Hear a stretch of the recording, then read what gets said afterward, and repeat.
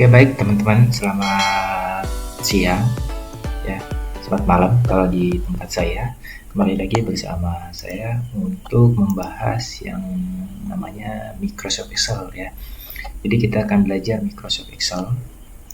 Nah, ini Microsoft Excel yang akan kita bahas, tapi sebelum ke sini kita akan belajar Microsoft Excel paling dasar dulu ya. Kita belajar fungsi logika, tapi sebelum masuk fungsi logika, kita belajar sedikit tentang tampilan Microsoft Excel.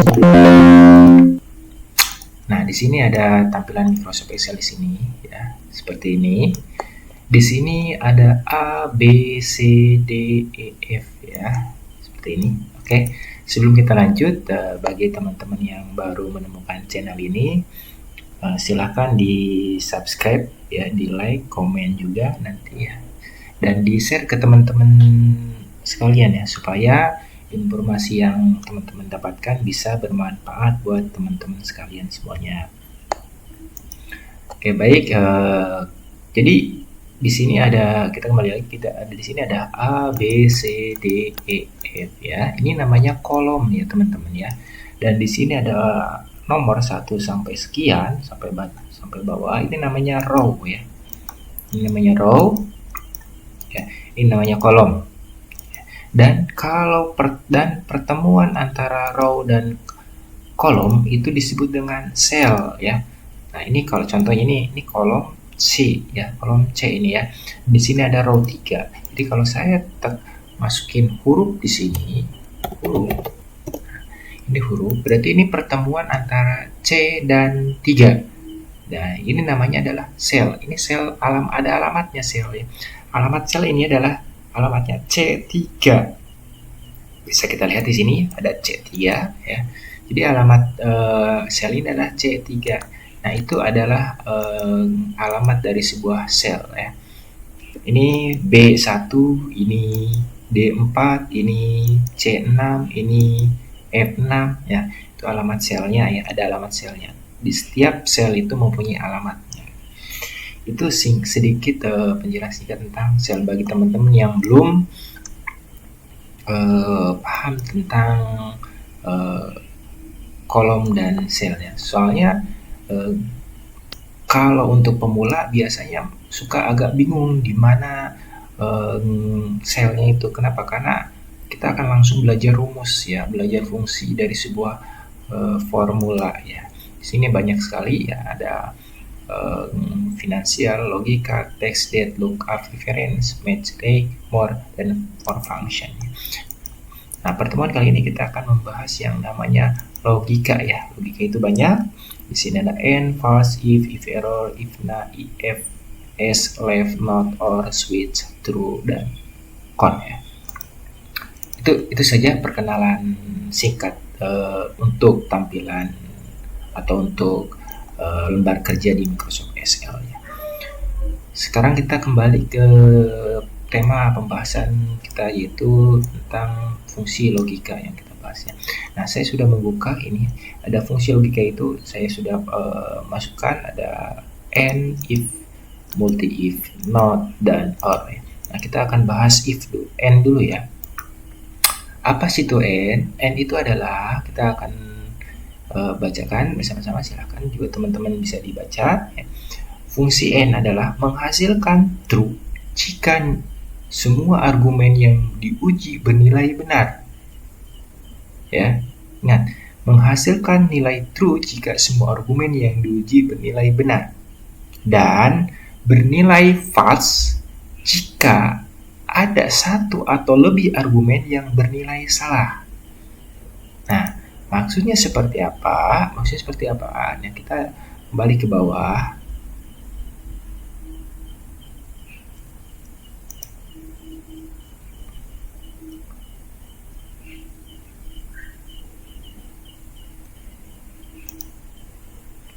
Nah, ini kembali ke bawah di sini ya. Ini ada fungsi n ya di sini. Kita enter, kita hapus dulu yang sini biar nggak terlalu pusing teman-teman ya. Nah, kita perbesar sedikit, oke. Nah, di sini ada fungsi ya.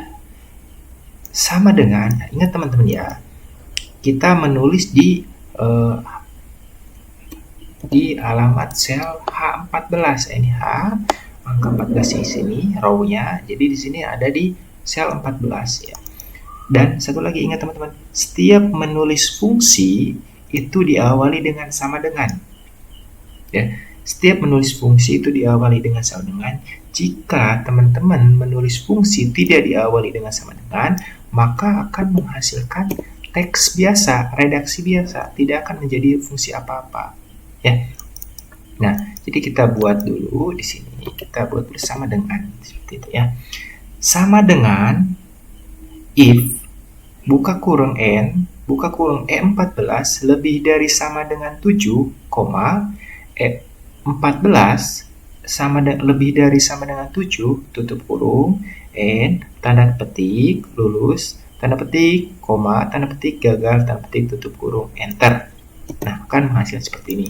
Nah, sebelum menulis seperti ini, silakan teman-teman membuat lembar kerjanya dulu dengan minimal 1 ya, atau kalau pengen lebih lama belajarnya silakan sampai 10.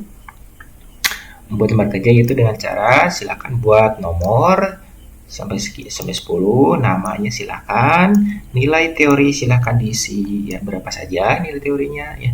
Nilai praktek silakan diisi, keterangannya silakan diisi, penulisannya silakan diisi seperti ini ya, dibuat maksudnya ya. Nah, kalau sudah teman-teman membuat teks atau lembar kerja seperti ini, nanti baru teman-teman buat fungsinya seperti ini ya. Jadi membuat fungsinya sangat gampang sekali kalau fungsi n. Jadi di sini memang fungsi n itu cuma sedikit ya, cuma sedikit apa namanya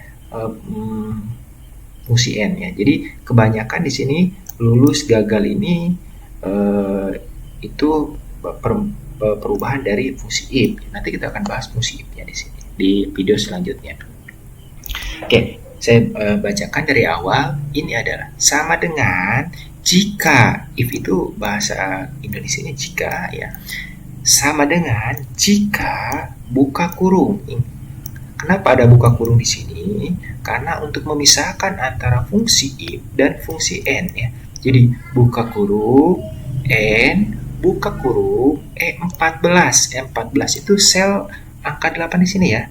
Ingat, angka 8 ini posisinya atau lokasinya atau alamatnya itu E14, maka kita tulis E14 di sini. Karena kan kita kan mau menguji nilai angka 8 ini ya, menguji nilai yang ada di sel E14. E8 lebih dari sama dengan. Nah, ini sama dengan ini kondisional ya. Terserah teman-teman mau dimasukkan mau tidak. Kalau kita masukkan, maka nilai yang 7 pun dia akan menjadi lulus nantinya ya. Kalau tidak ada sama dengannya, maka nilai 7 dianggap gagal atau tidak lulus ya. Oke, kembali lagi dari awal.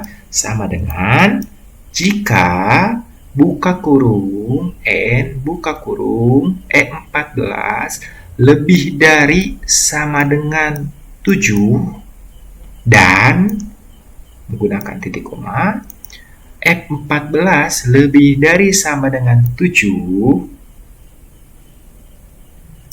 tutup kurung, titik koma, maka lulus atau tidak lulus, atau tanda petik lulus, tanda petik, titik koma, tanda petik gagal, tanda petik tutup kurung. Ya, itu. Jadi kita bacakan ulang. Sama dengan jika n E14 lebih dari sama dengan 7, F14 lebih dari sama dengan 7, maka lulus atau tidak lulus. Ya. Kita lihat ke sini. Karena di sininya lebih dari 7, maka ini akan menghasilkan lulus. Kita enter coba. Kita enter.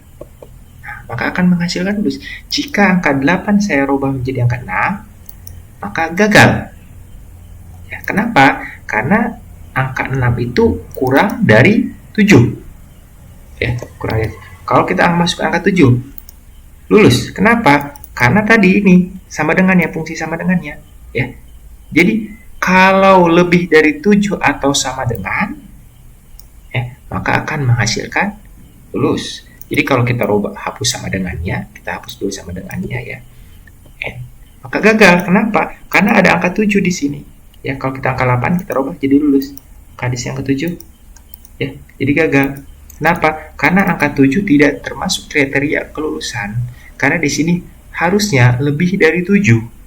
Ya, jadi kita masukkan sama dengan di sini jika nilai tersebut mau menjadi kriteria kelulusan.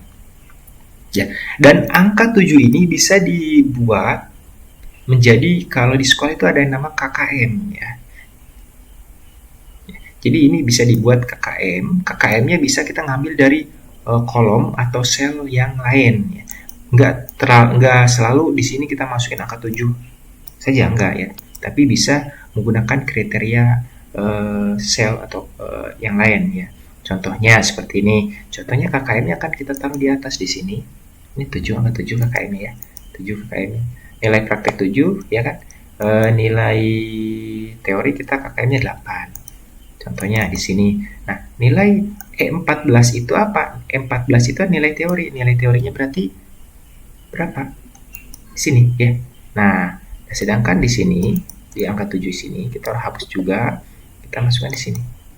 Nah, kita enter. Nah, seperti ini. Jadi gini, kita bacanya. Jika dan E14 lebih dari sama dengan E12, E12 itu ini berarti ya. Dan F14 lebih dari sama dengan F12 itu ini ya, maka akan menghasilkan lulus atau tidak lulus ya, seperti itu. Paham teman-teman ya? Kalau ada pertanyaan silakan cantumkan di bawah. Kalau merasa kebingungan silakan cantumkan di bawah, nanti saya jawab kalau waktu memungkinkan ya. Kita enter, maka akan menghasilkan lulus. Atau kita tidak mau menggunakan fungsi di sini KKM, gak apa-apa, kita bisa hapus saja yang E12-nya. Kita gantikan dengan angka 7, kita gantikan dengan angka 7, masih tetap lulus ya. Nah, seperti itu ya. Atau ini angka 8 di sini, boleh, terserah ya, maka lulus. Kenapa? Karena sama dengan ya. Jadi kalau di sini kita angka lubang angka 7 tidak lulus. Kenapa? Karena nilai teori itu 8. Ya. Nilai teori minimalnya 8. Ya, paham ya? Oke, saya bacakan dari awal ya. Jika dan E14 lebih dari 8 dan F14 lebih dari sama dengan 7, maka lulus atau tidak lulus. Itu. Ingat teman-teman, di sini ada tanda petik 2 kali. Tanda petik 2 kali ini jangan dipencet atau dipencet 2 kali tanda petiknya ya.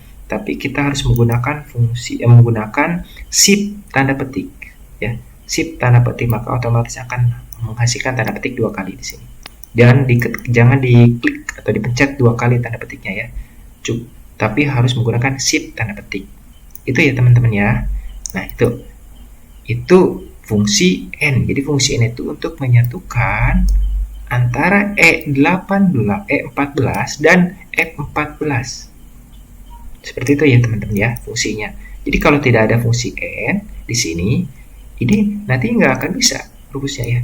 Jadi dia hanya bisa satu nilai karakter di sini. Satu nilai, satu argumen ya. Jadi tidak bisa 2 argumen. Ini kan 2 argumen, nilai teori dan nilai praktek. Seperti itu ya teman-teman ya. Ya. Mudah-mudahan dipahami sama teman-teman. Kalau ada pertanyaan silakan cantumkan di bawah.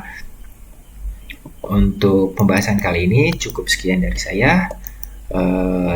Semoga bermanfaat. Silahkan yang belum subscribe di subscribe, di like dan komen dan di share video ini kepada teman-teman sekalian semua.